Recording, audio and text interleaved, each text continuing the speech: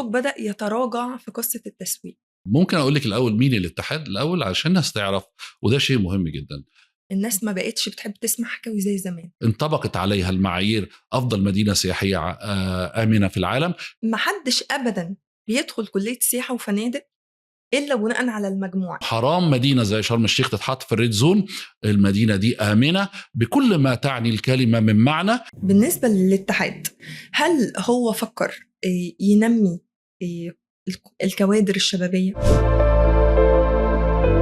أهلا بيكم في حلقة جديدة من بودكاست ضيافة. النهاردة في ضيافتنا دكتور حسام درويش، رئيس الاتحاد الأفريقي الأسيوي للتنمية والسياحة أفاسو.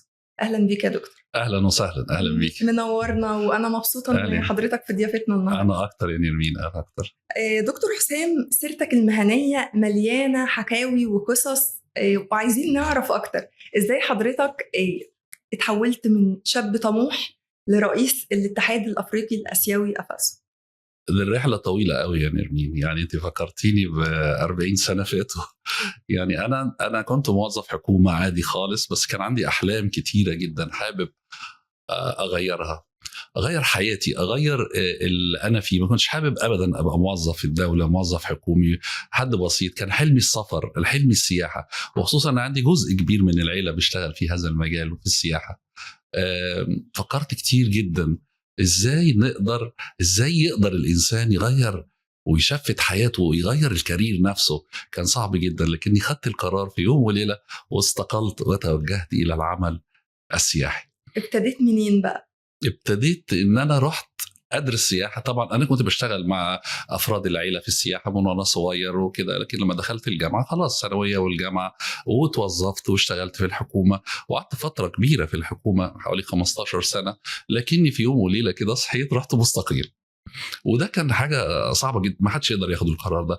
القرار ده صعب للغايه، لكني اخذته وبدات اخش بقى مجال ان انا طب انا هشتغل في السياحه. انا عندي نص شركه سياحه كده وارثها عن والدي. طيب انا بقى هعمل ايه؟ انا هروح ادرس سياحه كمان عشان اثقل بعض الخبره اللي عندي اللي انا اخذتها وانا بساعد اهلي اللي هم بيشتغلوا في مجال السياحه، واشتغل معاهم وانا طالب وانا في الثانويه وانا في الاعداديه. لا، انا رحت الجامعه الامريكيه، خدت الدبلومه اللي هي لمده 13 شهر الخاصه بالترافل اند توريزم مانجمنت.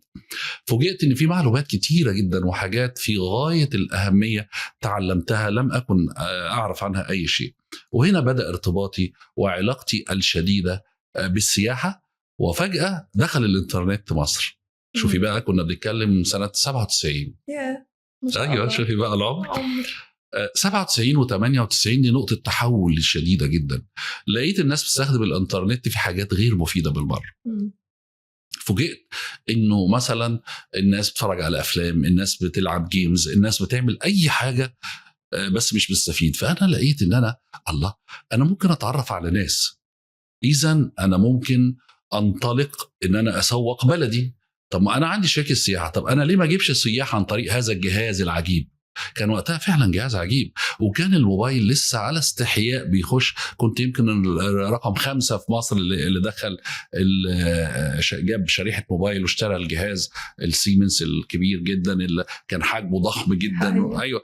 فانا ما عملت كده قعدت افكر كتير جدا، احنا ليه ما نسوقش بلدنا؟ ليه ما نتعرفش على ناس عبر هذا الجهاز؟ فكان في موقع موجود لحد دلوقتي على فكرة، بس هو قديم قوي، اسمه ICQ.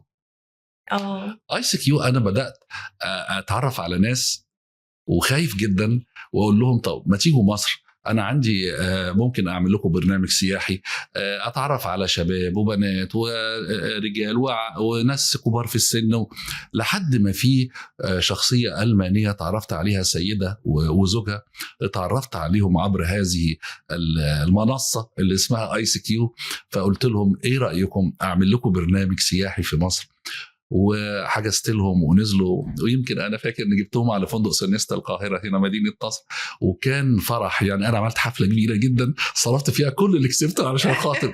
طبعا اول رحله لحضرتك تجذب فيها اول مره حد في العالم في اخر 97 يستخدم الانترنت للتسويق السياحي. ودي كانت بدايتي بقى مع انطلاقي في عالم التكنولوجيا والاي توريزم. طيب حضرتك دلوقتي كان ليك رؤية محددة في التحول الرقمي، وكان ليك رؤية بتنادي بيها من سنين إن التحول الرقمي ممكن يغير قطاع السياحة كله، كانت إيه رؤيتك؟ والله انا كنت بفكر، بصي انا ما اشتغلتش في كل التحول الرقمي. انا اشتغلت في الاي ماركتنج والاي توريزم. الاي توريزم ان احنا لازم نحول قطاع السياحه لرقمنه قطاع السياحه، وان احنا لازم نستخدم التسويق الرقمي. لذلك انا اول مؤتمر عملته يمكن كان في بيروت 2002. ثم عملت ورشه عمل كبيره جدا في بيروت ايضا سنة 2003.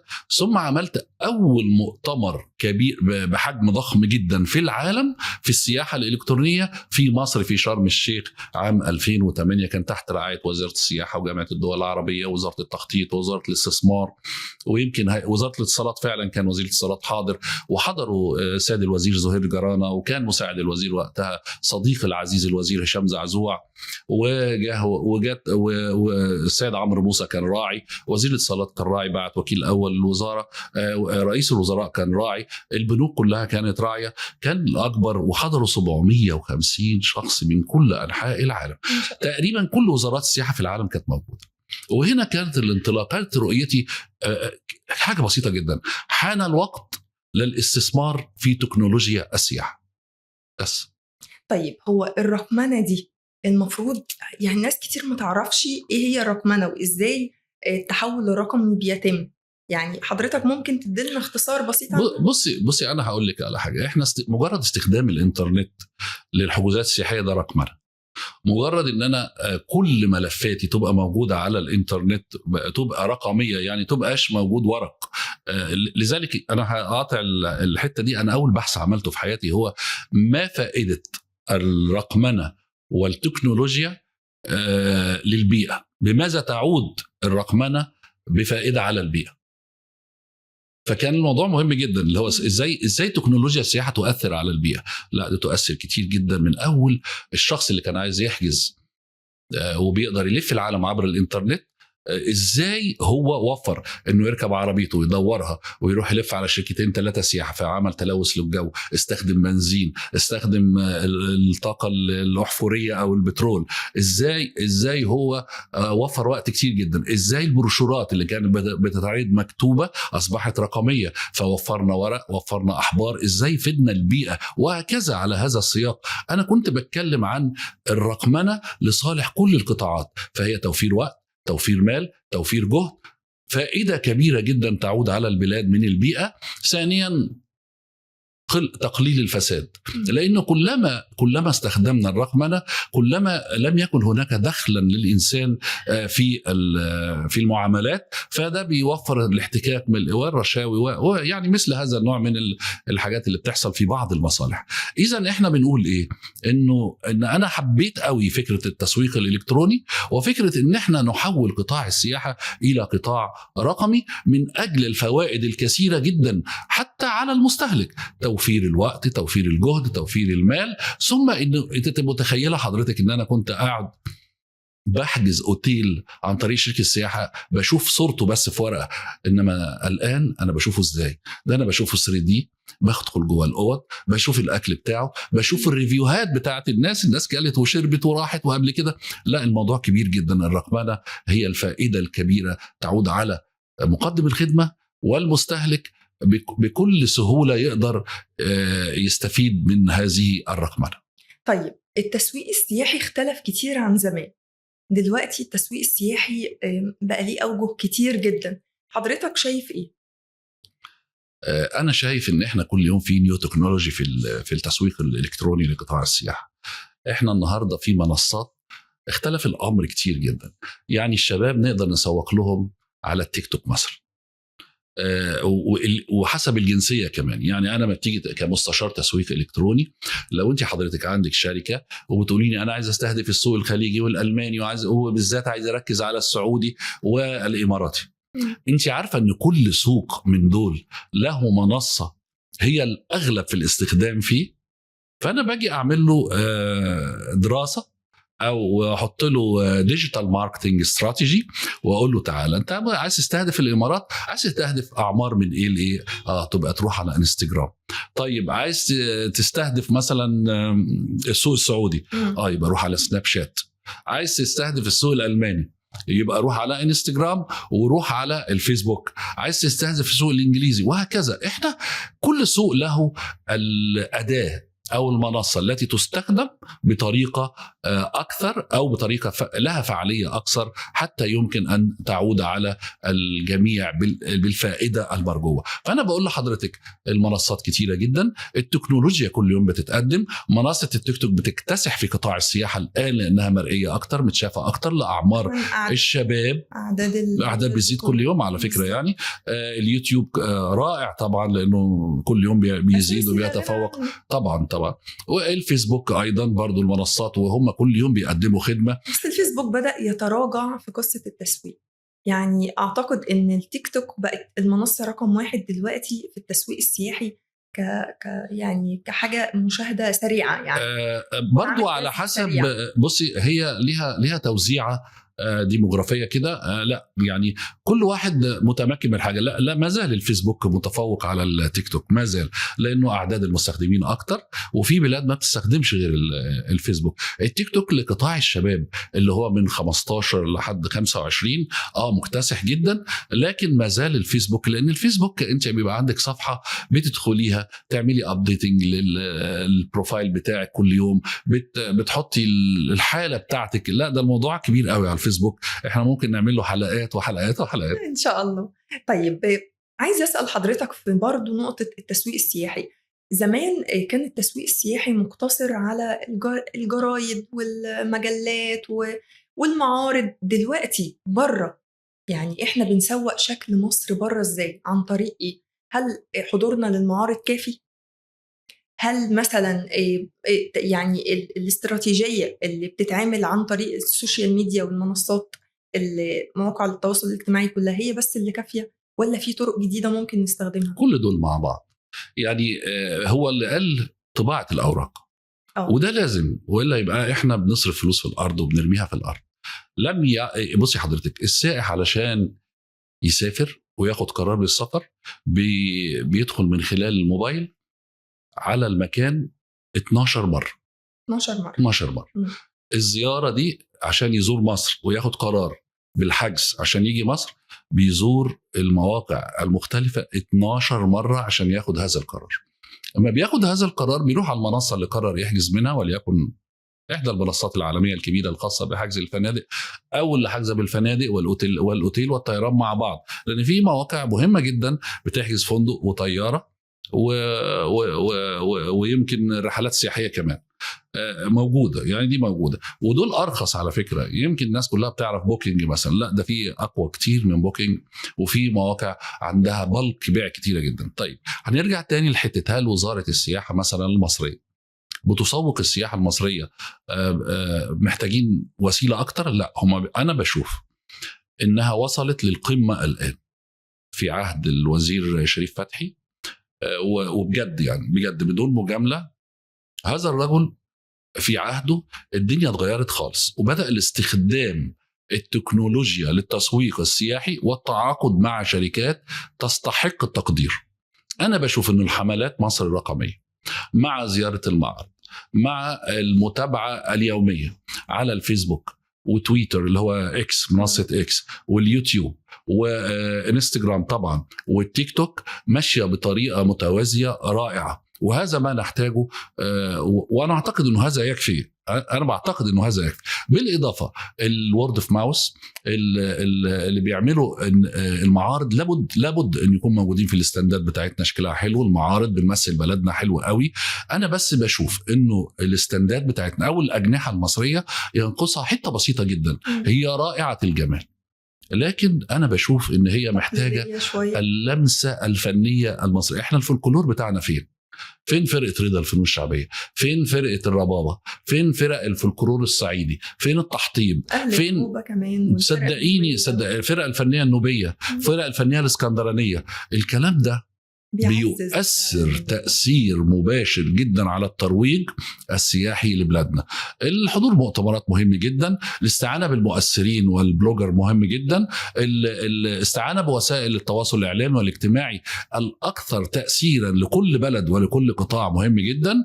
ثم أنا بشوف أنه الوزارة قايمة بهذا الجهد اللي هو يكفي تماما، والنتيجة واضحة جدا زي ما حضرتك شايف.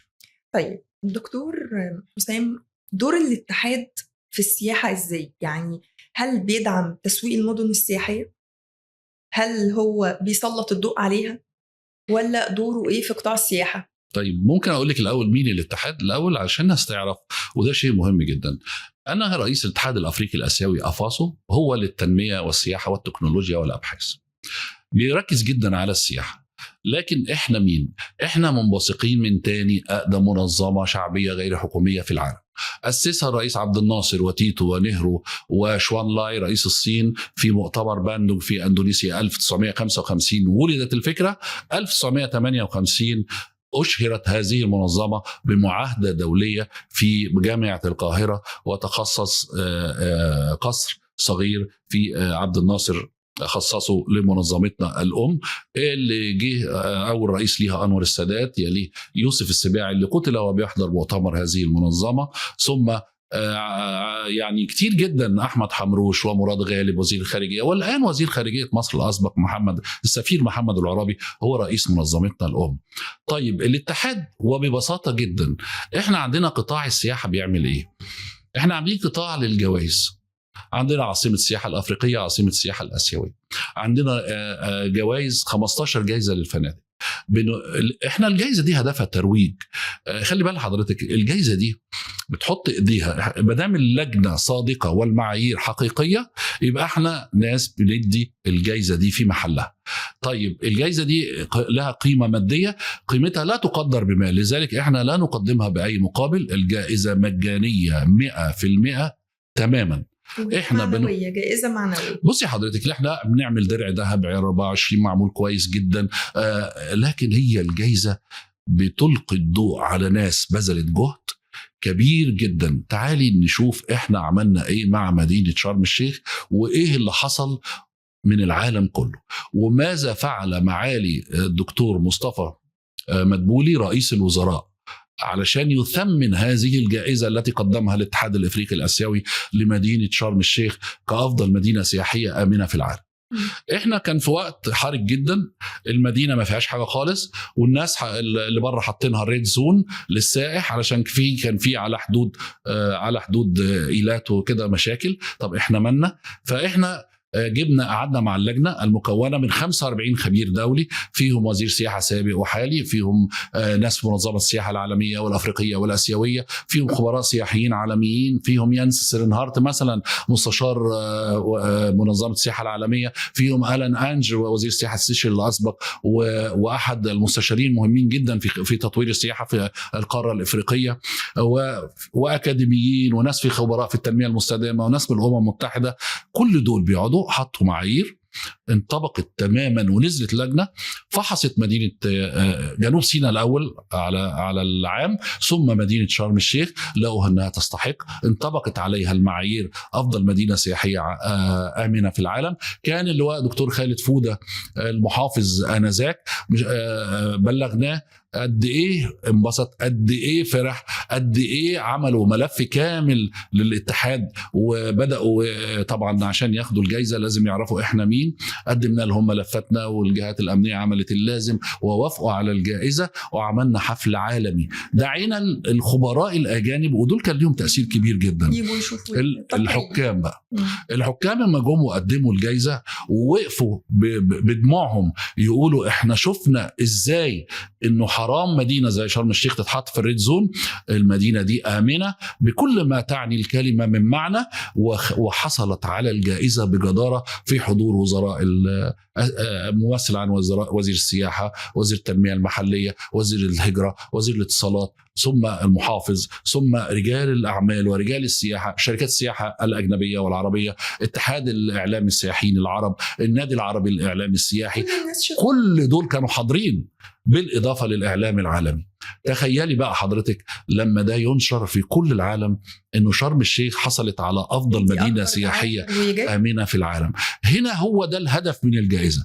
ياتي هنا ايضا التثمين الفخر لنا، الاتصال الذي حدث من رئاسه الوزراء للاتحاد الافريقي الاسيوي افاسو، ونزل بيان على صفحه رئاسه الوزراء وفي كل وكالات الانباء المحليه والعالميه والاقليميه ان نثمن هذه الجائزة التي جاءت نتيجة جهد، أنها فعلا حقيقة تستحق، لأنها مدينة مستدامة، مدينة آمنة، مدينة سياحية عالمية. طيب زي ما تكرمت شرم الشيخ من الاتحاد، كمان كرمتوا الأقصر من الاتحاد. اشمعنى الأقصر اخترتوها مدينة التراث في الاتحاد؟ طب أنا هسألك سؤال بذمتك، ما تستحقش؟ تستحق تبقى أحسن مدينة في العالم. حطي نفسك محايدة كده هتلاقي إنها التراث اللي فيها، الثقافة والحضارة والتاريخ كل حاجة فيها، دي مدينة عالمية فعلا. وعلى فكرة احنا يعني هي كان في منافسة بينها وبين مدينتين عالميتين آخرتين، اللجنة ما قدرتش تصوت ولا صوت للمدينتين المدينة. طبعا حضرتك يعني فيها هم بيقولوا تلت آثار العالم، ولو ان ده غير دقيق، انما هي يعني تقريبا كده. انما انا بقول لحضرتك الحضاره ده انت ماشيه في الشارع مش شايفه غير حضاره. حتى الانسان الاقصري هو بيدينا شكل الفراعنه. يعني انا بحس ان انا انتقلت الى عالم اخر.